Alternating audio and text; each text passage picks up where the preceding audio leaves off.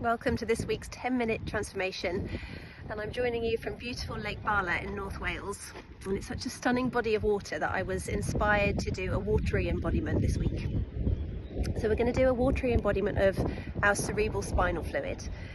The cerebral spinal fluid lives in the subarachnoid space around the brain and then around your spinal cord.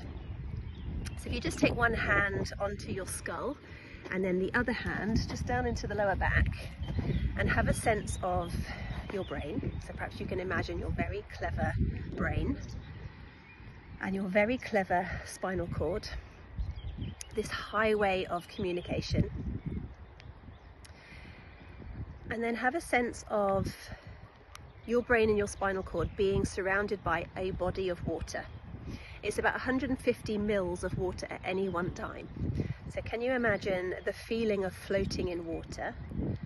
Can you remember the feeling of floating in water? And this is what your brain does, and this is what your spinal cord does all the time. It floats in water, and it's floating for protection. It's floating for movement, for glide. And it's also floating in water because the cerebral spinal fluid holds nutrients that it takes and hormones that it takes to your brain and your spinal cord, but it also removes toxins.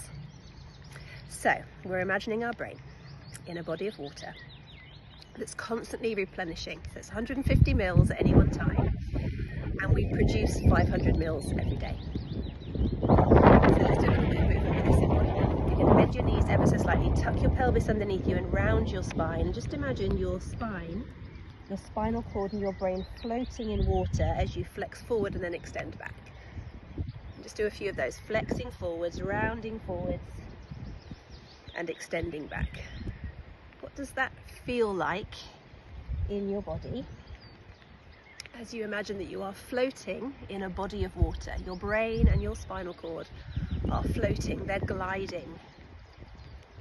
The opposite of stuck. Can we turn this into more of a circle? See if you can start perhaps with the head circling, so brain circling in this body of water. And if it's not too much to coordinate, you can let your pelvis also circle in the same direction. So the spinal cord ends about L1, L2. But the cerebral spinal fluid goes a little bit lower than that, which is quite a nice image. It's like a sleeve around your spinal cord. And then below L1 and L2, we have that cord equina. So it's where the spinal cord kind of splits off into a horse's tail. Let's go in reverse. So imagining brain, spinal cord, and even your horse's tail moving, gliding, beautifully free.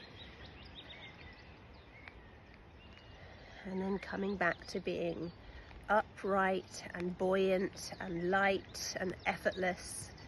Let's do a little bit of lateral flexion, so we'll soften the knees and just going from side to side. Millions of images that you could choose to focus on. You could focus on your ribs or your facet joints, but let's see if we can focus on cerebral spinal fluid. Moving within fluid, moving within a body of water. We'll do 3 more to each side. So on those days where life just feels a little bit heavy and you don't feel buoyant, remember that there is always a part of you that is light, that is buoyant, that is supported, that is protected. Let's come all the way back to the center and bring arms down. And closing eyes and just staying with this very intelligent part of our body. You are producing 500 milliliters of cerebral spinal fluid every day. And it's transporting nutrients to your spinal cord and your brain and taking away waste.